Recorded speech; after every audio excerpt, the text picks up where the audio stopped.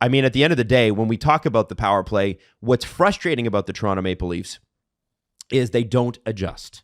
So I put this on the assistant coaches. I mean, Sheldon's got to get in there with a cattle prod sometimes and go, guys, you got to do this. But you have to make an adjustment when something isn't working. It's been 2 months. You can't. What is it? Nope. Keep going. It's been 2 months. Keep going. There have been no adjustments. I was saying to CJ this morning when I talked to him on the phone that I was like, this reminds me of the Dwayne Casey Raptors, where it's like, we get into the playoffs, this is the way we play. Okay, the team's figured out the way we play and they know how to defend it. Okay, no, but we're going to keep doing this. You have to make adjustments. What do you have? Is this the Sheldon? What do you want me? You want to play? I can play the Sheldon Keefe press conference. Is that the Marchand quote? Nope. Oh, you just okay. Hold on. It's a different quote. So Maybe even more mad. Hold on. It's easier if you just send the links. No. Drew didn't send me the link. He sent me the file. Okay. Why'd you decline? No, stop declining. I'm not. You gotta give me a heads up here. I'm gonna take this a is little amazing. extra effort to do the airdrop. I'm gonna text it to you. No, it's all good. It's all good. I got it. The you got it? Good. Yeah, the airdrops are better than text. So Adam, are better than airdrops. What does Keefe got to do? I think he's got to get in there with a cattle prod and tell his coordinator to figure it out. Why? Because their power plays 1 for 11 and it's been anemic for 2 months now. They finished, Jesse, what was it? From the end of February to the end of the season, they were 28th in power play percentage? Yeah, around there. No, but Adam, you got to serve it up on a platter for me. What does that mean? Like, is the power play bad? It means the power play's bad. Oh, well, let's go to Sheldon and see what he thinks. Okay. Oh, no. Here we go. No. I thought power play was all right tonight. You know, we had some good looks and tight around the net that we didn't make good on. That's a bad quote. Fire every guy. That's a bad quote. Fire every guy on the bench. Sheldon, Guy Boucher runs the power play. Dean Chenoweth, you seem like a good guy. You're gone. Don't have an appetite for that coaching staff coming back. Get the fuck out. I'm gonna tell you right now, if they lose this series, Sheldon Keefe should be fired. Like, there's no. Oh, I don't think there's any ifs, ands, or buts about it. No, like, he needs to go.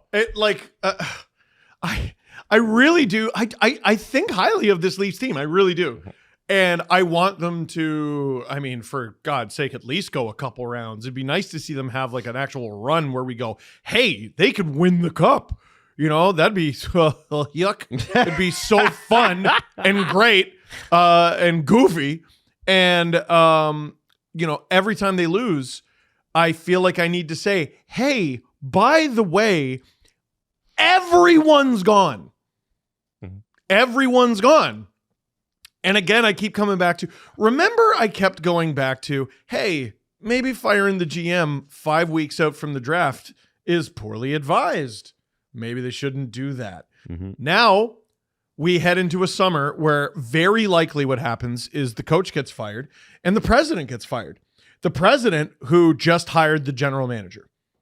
So you're going to have like a lame duck general manager a year into his tenure here. Mm-hmm.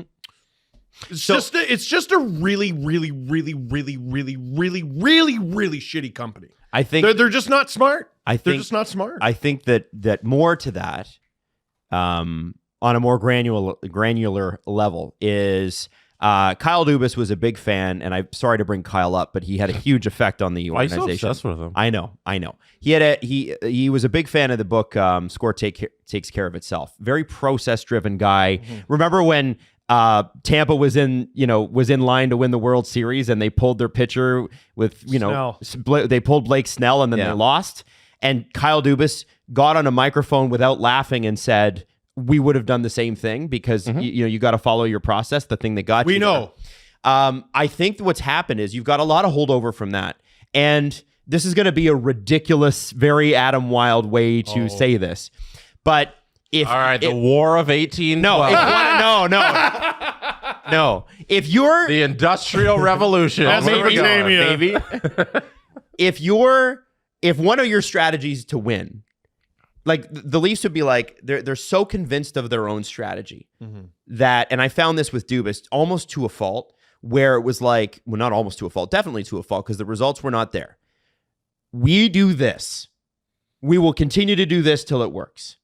If you keep punching yourself in the face and you're hoping to win a boxing match and you're going, eventually when I punch myself in the face, it's going to scare the other guy and he'll stop fighting me because how crazy it is that I'm doing this. The other guy's like, I'll punch you too.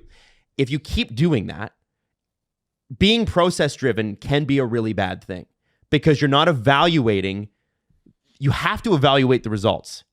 And I'm not seeing, and I haven't seen an evaluation of results from this coaching staff because they seem to be set and ready. It's like, this is process. This is the process.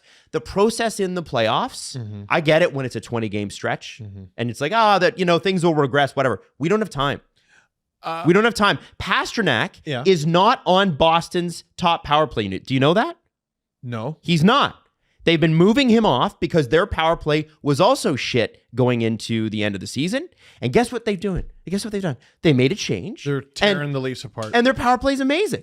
And look at that. It's crazy. Oh my God. And I'm looking at Matthews and Marner 5-on-5, and it doesn't work. Every time Keefe sends those guys out, and it's either Domi or Bertuzzi who has to sit in place of this, doesn't work. So then what we do is in the most important critical moment of the game, we put Matthews out with Marner.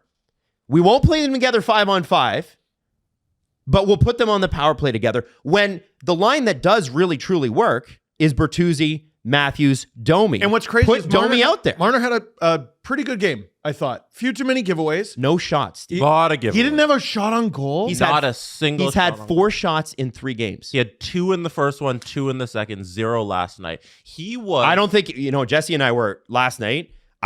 Being there, it was very stark. And it's not because I want to take personal shots at this guy. I love the player. I have been asking for a couple years now, does his style of play lend itself to the playoffs? He's perimeter, does not drive the net.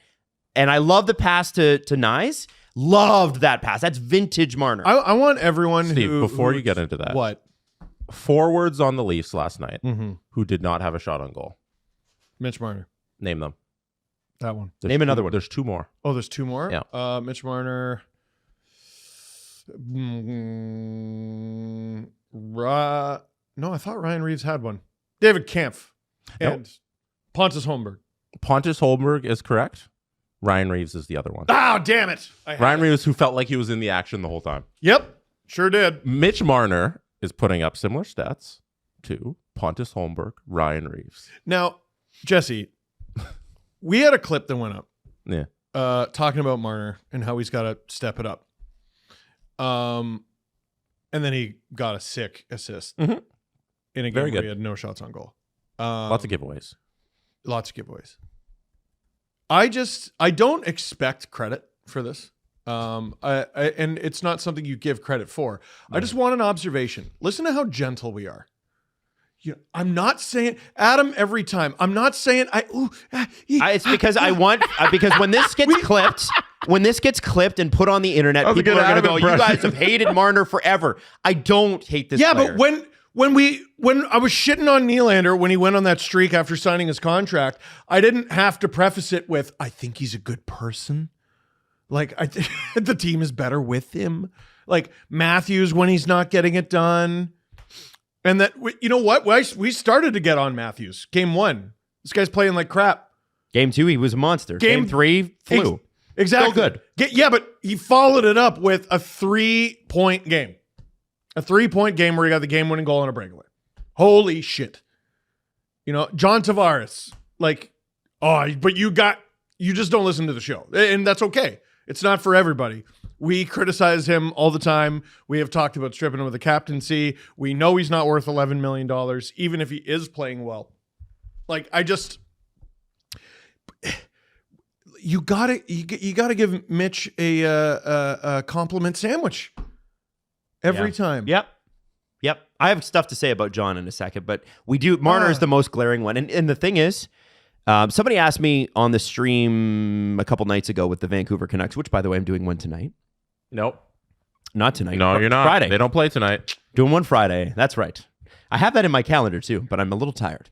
It's all right. Somebody asked me, they were like, what do you think Marner's next extension looks like? And I said, honestly, Ohio. Honestly, I said whatever team it's with, because I don't know that it's with the Leafs. You never know. I'll punch out. Well, I'll punch out. I have to ask the question because I think this playoffs is so pivotal to that.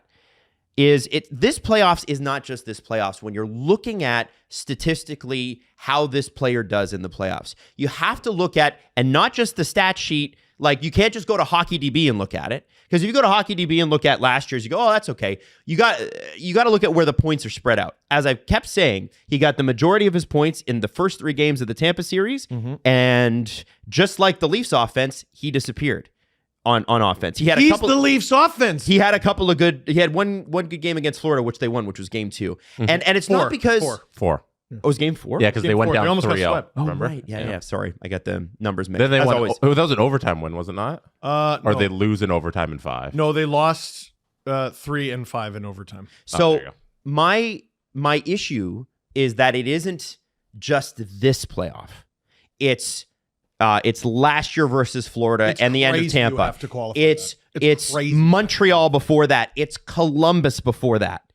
There are years and years and years, and you're seeing Leafs fans see right through it. There are Leafs fans, you can follow them on Twitter. Oh, they're a bit too much. It's a little. The Marner stuff the last couple days has been a little psychotic. Yeah, let's not. I understand being frustrated, but when we talk about quote unquote extension, and that's the context of the question, I don't think that you can make the argument right now that he's worth any more than what he's getting paid. Which means when he was signed above market value.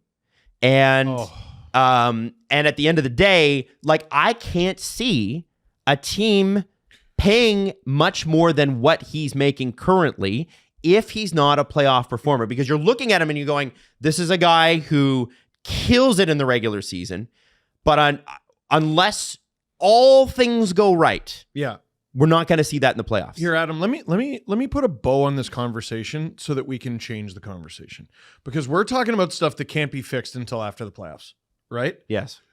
Here's the conversation. Like, let's pretend the series ends the way it's been going. Mm-hmm. The top power play unit can't score. He's on the top power play unit. There has not been a depth goal other than the first goal of the series from David Kampf. There hasn't been a bottom 6 goal. This entire series so far through 3 games, except for David Kampf getting the only goal of game 1. Yep. So they have no depth. Yep. Capable of scoring. They had a goaltender who's given them a chance to win in more than half of the game so far? No, they have not. Ilya Samsonov had a good game 2. No, he had a good second and third period of game 2. And that was enough because the team was really good. The structure of how they are spending their money does not work. Doesn't fucking work. 2 + 2 = 5 here. Like, it's not gelling. It is not working. The mixture of guys, we're going to go for finesse, and we're going to go tough, and we're going to go old, and we're going to go young. It doesn't work. Now, that's off-season's problem for if they lose in the first round. They're still in the first round. They're only down 2-1. What do they got to do? Outside of William Nylander coming back, let's assume he doesn't come back for game 3. 4, sorry. Sleep. At minimum, they have to change something with the power play. And the idea that I had yesterday is you start with your second unit. Start with the second unit and have them do a quick, like, blitz, ridiculous shift. And the second they lose the zone, throw out the big boys.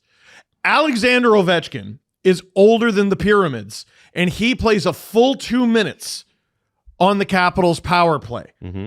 It's the playoffs, for God's sake. What is Matthews leaving the ice for? What's he leaving the ice for? I think some of the reason the number 1 unit doesn't play the whole time is because they can't get anything going. Then you shouldn't be a unit. Exactly.